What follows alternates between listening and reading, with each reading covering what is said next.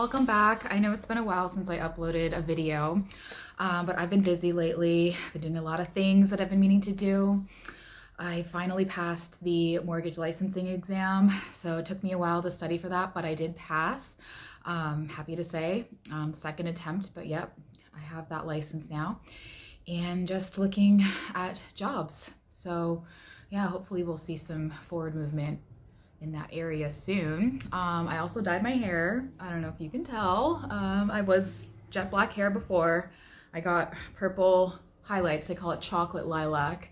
So this isn't the first, this is just the first treatment. There's gonna be another second treatment in 2 to 3 months where I'm gonna go a little deeper with the color. So yeah, excited about that. I've been wanting to dye my hair for so long. Haven't done it in over 10, maybe 11, 12 years. And yeah, I always had jobs where I was a little bit wary of dyeing my hair. And but now, I mean, I honestly don't care anymore. So fully embracing it, made that decision, which comes to the topic of this discussion, analysis paralysis. So I know that this will resonate with many people because I know for myself personally, I've struggled with this in making decisions and figuring out which choice is the best choice, ruminating, all these things can kind of inhibit our forward trajectory. And making the right choices are sometimes hard, I understand, because we're presented with all these a world of different possibilities based on each decision that we make. And will this decision negatively impact me in my life? And we don't know this because we can't see the future, right? I mean, maybe some of us can, those lucky ones, but most of us don't know what's going to happen. If we choose something, will it be the worst decision? Will it be the best decision? Is there another decision that I haven't even thought of? I know myself, I get caught up in this a lot. But I've done some research on this and I'm going to contribute a few tips for you so that it might help you in your future decision-making process and making the best decision possible for your future and your life. I just want to put this out there. This is for entertainment purposes only. I'm not a doctor. Yes, so if you need therapy or life coaching, please seek those who have the credentials for that. This is personal anecdotes and wisdom gleaned from my life and from my own research and reading and et cetera, et cetera. So yes, just wanted to put that out there. So when we get down to the root of analysis paralysis, that's the overthinking mind, the overactive mind.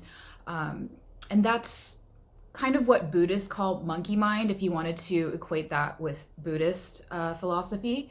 And it's not a productive state to be in because if you think of it like a monkey jumping from branch to branch, yeah, it's a very unstable, back and forth, very jarring way of being. So we don't want to be in that state. And if we get down to the root of that, it is procrastination. So analysis paralysis is procrastination because you're not making a decision. You're putting off the inevitable, which is a decision that you're having to make eventually. And behind that is perfectionism. I know myself, I can be very perfectionistic, or I'm a perfectionist, let's just say. And sometimes I won't even start on a project that I've so intricately planned out because I'm afraid it won't be perfect. And I feel like a lot of people may relate to this, not starting something because they're obsessed with perfection. To overcome this, however, we have to start something. So it doesn't matter if it's perfect. All that matters is that you start something. So in the act of initiating a project, that first step, you are putting your energy and your plans in motion, and that momentum will propel you to the next step. So that's the trick. And I know Mary Poppins has said this before, and I know I'm being corny for quoting Mary Poppins, but well begun is half done. So there you go. Just start it. Don't think about it. Don't overanalyze. Get out of your head and just start something. If it means brainstorming for a project, get out there and start brainstorming. So when we brainstorm, there's no incorrect answer. You just have to put it all out there Get out of your judging mind. Every option out there, just get it out on paper. That helps for me, getting my ideas out on paper, or it can be on your computer, whatever way works best for you. Just get it out of your mind, onto a piece of paper, onto your laptop, phone, whatever. Hey, gonna interject for a second. This is me editing later. Another thing I wanted to add was going for a walk around the block or in your neighborhood, or maybe go for a run, whatever is your style, just to get out of your head and into your body. I realize that really helps me when I find that I'm too stuck in my brain and I need to connect to my physical body. So go for a walk around the block, go for a jog, maybe do a yoga class or do some qigong, whatever works for you, just to get back into your physical body. And you'll find that you'll have a renewed sense of clarity after. So just wanted to put that out there. And there's another trick to get through analysis paralysis that I use sometimes, and that's thinking of the worst outcome that could happen based on this decision that you're going to make or fear of making. So you have to think of all the possible worst, most horrible scenarios that could possibly happen if you make this decision. For example, maybe if you're starting a business, you'll lose all your money. You won't be able to pay back your business loan, your investments. What if the stock market crashes? You'll lose all your money. Getting a house. What if you lose your job and you can't pay your mortgage?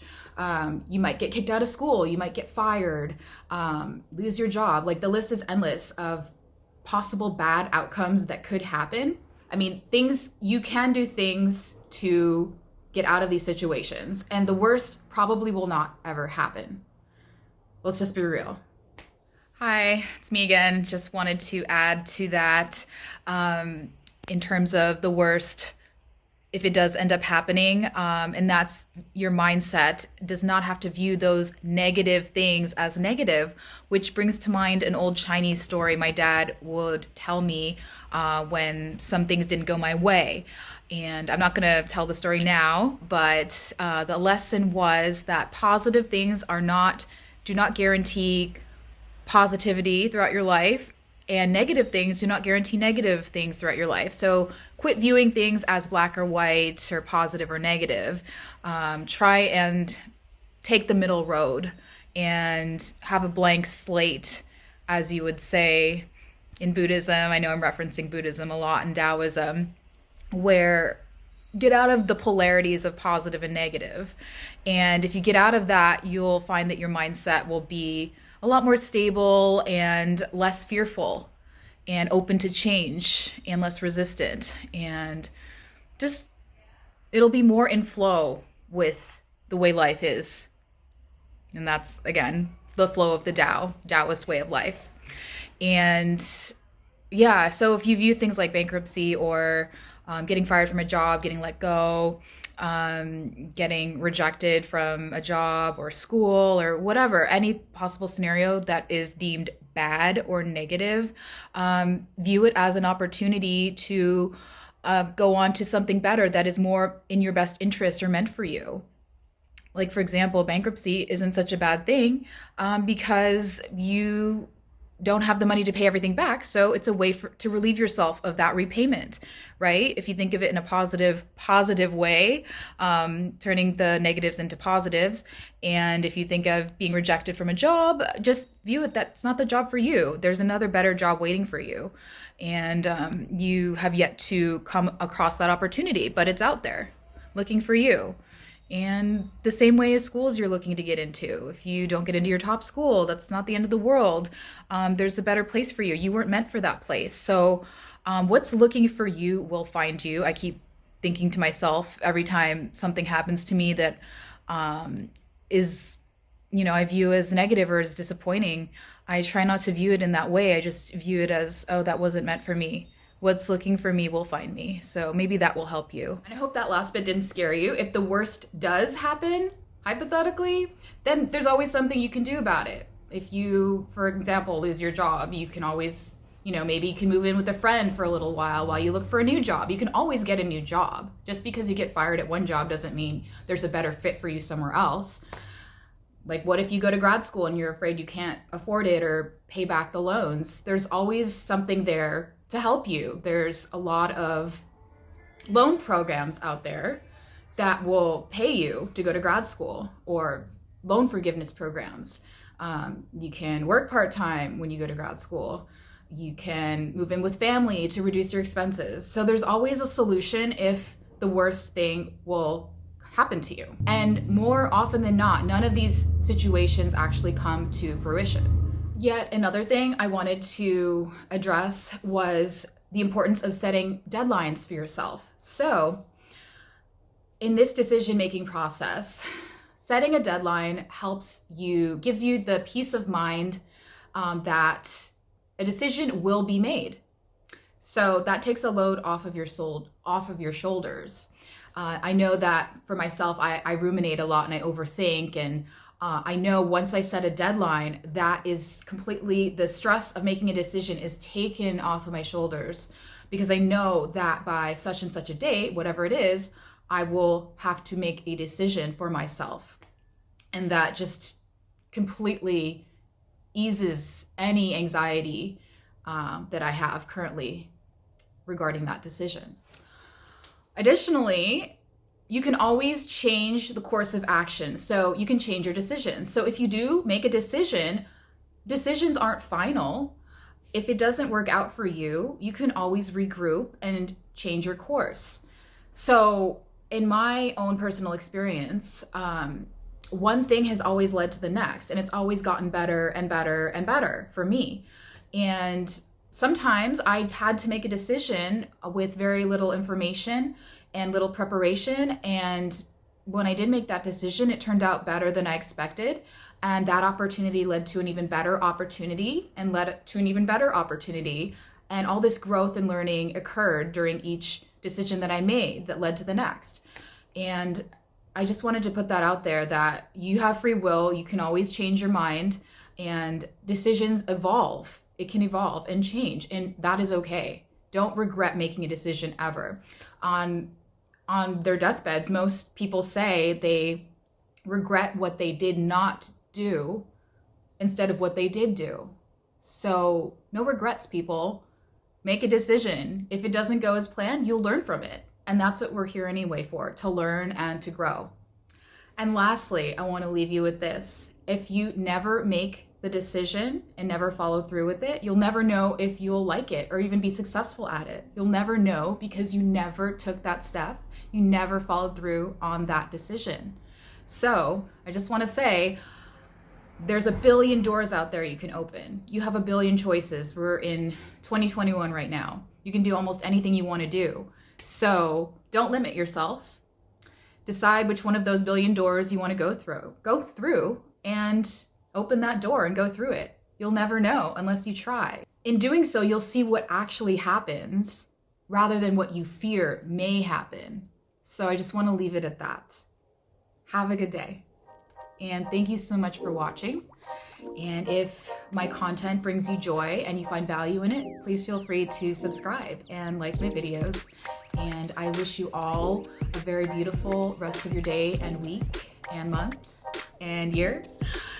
And I'm feeling very bright about 2021 for all of us.